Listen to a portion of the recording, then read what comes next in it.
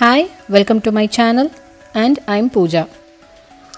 இந்த வீடியோவில் நம்ம சாம்பார் எப்படி வைக்கலாம், சாம்பார் பொடி இல்லாமல் சிம்பிளாக நல்லா மணக்க முருங்கைக்காய் சாம்பார் பண்ணுறது எப்படின்னு பார்க்க போகிறோம்.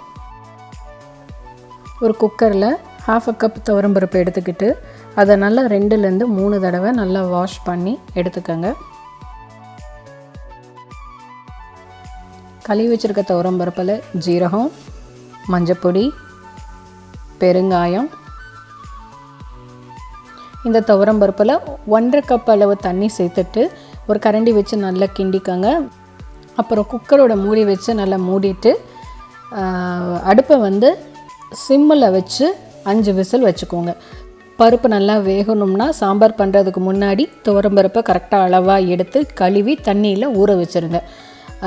இல்லை சப்போஸ் நம்ம ஏர்லி மார்னிங் நம்ம பண்ணணும் அப்படின்னா முதல் நாள் நைட்டு படுக்கிறதுக்கு முன்னாடி துவரம்பருப்பை எடுத்து ஊற வச்சுட்டு படுங்க. மறுநாள் காலையில் எந்திரிச்சோடனே நீங்கள் பருப்பை வேக வைக்கலாம்.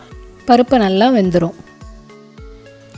ஸோ இப்போ ஒரு 10 கிராம் அளவுக்கு புளி எடுத்திருக்கேன், கொஞ்சோன்னு புளி. அதை எடுத்து தண்ணியில் ஊற வச்சுக்கலாம். ஸோ இப்போ உங்கள்கிட்ட ரெடிமேட் டேமரிண்ட் பேஸ்ட் இருந்தாலும் பரவாயில்ல, எடுத்து வச்சுக்கோங்க. அதை நம்ம சாம்பார் பண்ணும்போது ஒரு 3/4 ஸ்பூன் நம்ம ஆட் பண்ணிக்கலாம். ஸோ இந்த புளியை நான் கரைச்சி எடுத்து வச்சுக்கிறேன்.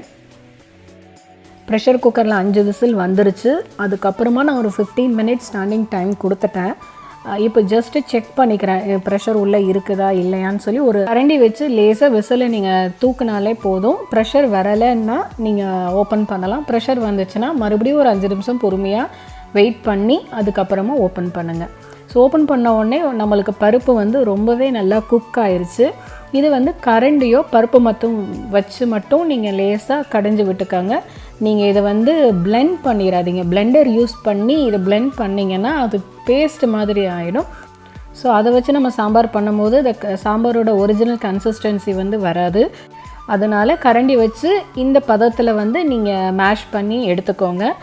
கொஞ்சம் தால் தெரிகிற மாதிரி தான் இருக்கணும். ஸோ இப்போ பருப்பு ரெடி ஆயிருச்சு. இப்போ சாம்பார் ப்ரொசீஜர்ஸை அடுத்தது பார்க்க ஆரம்பிக்கலாம். ஒரு கடாயில் 1/2 கப்பு தண்ணி விட்டுக்கோங்க. சாம்பாருக்கு சின்ன வெங்காயம் யூஸ் பண்ணுங்கள் முடிஞ்ச அளவுக்கு, அப்போ தான் டேஸ்ட்டு நல்லா வரும். ஸோ நான் இங்கே சின்ன வெங்காயம் போட்டுக்கிறேன். தக்காளி, முருங்கைக்காய், பச்சை மிளகா, 1 ஸ்பூனு மிளகாப்பொடி, பின்ன கொஞ்சம் சால்ட்டு. ஒரு கரண்டி வச்சு நல்லா மிக்ஸ் பண்ணிவிட்டு இந்த கடாயை லிட்டு போட்டு மூடி வச்சிடலாம். ஒரு 5லேருந்து 7 நிமிஷம் வரைக்கும் இந்த முருங்கைக்காய் நல்லா வேகட்டும். 5 மினிட்ஸ் ஆயிடுச்சு. நான் இப்போ ஜஸ்ட் ஓப்பன் பண்ணி செக் பண்ணிக்கிறேன் முருங்கைக்காய் வெந்துருச்சா இல்லையான்னு. ஜஸ்ட் அந்த தண்ணிக்கல்ல இருந்து ஒரே ஒரு முருங்கைக்காய் எடுத்து ப்ரெஸ் பண்ணி பார்க்கணும். அப்படி பார்க்கும்போது அது சாஃப்டாக இருந்துச்சுன்னா முருங்கைக்காய் வெந்துருச்சுன்னு அர்த்தம். ஸோ இப்போ நம்ம ஆல்ரெடி பருப்பு கடைஞ்சி வச்சுருக்கோம் இல்லையா, அதை இதில் கொஞ்சம் கொஞ்சமாக ஆட் பண்ணிக்கோங்க.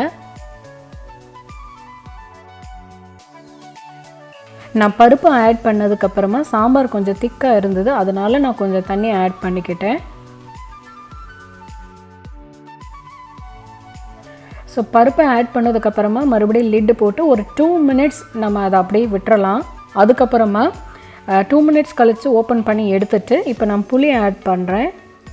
இந்த ஸ்டேஜில் உங்ககிட்ட டேமரிண்ட் பேஸ்ட் இருந்தால் புளியை கரைச்சி ஊற்றுறதுக்கு பதிலாக டேமரிண்ட் பேஸ்ட்டை ஒரு 3/4 ஸ்பூன் போட்டுக்கோங்க. இப்போ லாஸ்ட்டாக நம்ம சால்ட்டு செக் பண்ண போகிறோம். சால்ட்டு கொஞ்சம் கம்மியாக ஃபீல் பண்ணிங்கன்னா அதில் கொஞ்சம் போட்டுக்கலாம். நான் என்னோடய சாம்பாரில் சால்ட்டு கரெக்டாக இருக்குது, அதனால் நான் வேறு எதுவும் ஆட் பண்ணலை. ஜஸ்ட் 1 மினிட் இது பாயில் ஆகட்டும். அப்புறம் நம்ம இந்த சாம்பாரை சீசனிங் பண்ண போகிறோம். ஒரு கடாயை வச்சுட்டு அது சூடானதுக்கப்புறமா 2 டேபிள் ஸ்பூன் ஆயில் ஊற்றிக்கலாம். பின்ன நான் கடுகு உளுந்தம்பருப்பு இதில் ஒரு 1/2 ஸ்பூன் சேர்த்துக்கிறேன். அதுக்கப்புறமா சின்ன வெங்காயம் பொடிசாக நறுக்கி வச்சுருக்கேன், அதையும் நான் இதோட ஆட் பண்ணிக்கிறேன். பின்ன கறி லீவ்ஸ் இதெல்லாம் போட்டு நல்லா பொன்னிறமாக வறுத்ததுக்கப்புறமா இதை சாம்பாரில் எடுத்து ஊற்றிடுங்க. அவ்வளோதான், நம்மளோட சீசனிங் ஃபினிஷ்டு. ஃபைனலி நம்மளுக்கு சாம்பார் சூப்பராக கிடச்சிருச்சு. இது ஒரு 6லேருந்து 7 பேர் வரைக்கும் தாராளமாக சாப்பிடலாம். ஸோ இந்த மாதிரி சாம்பார் பொடி இல்லாமல் முருங்கைக்காய் மட்டும் போட்டு நல்லா முருங்கைக்காய் வாசத்தோட மணக்க சாம்பார் செஞ்சு சாப்பிடுங்க. தேங்க்ஸ் ஃபார் வாட்சிங்.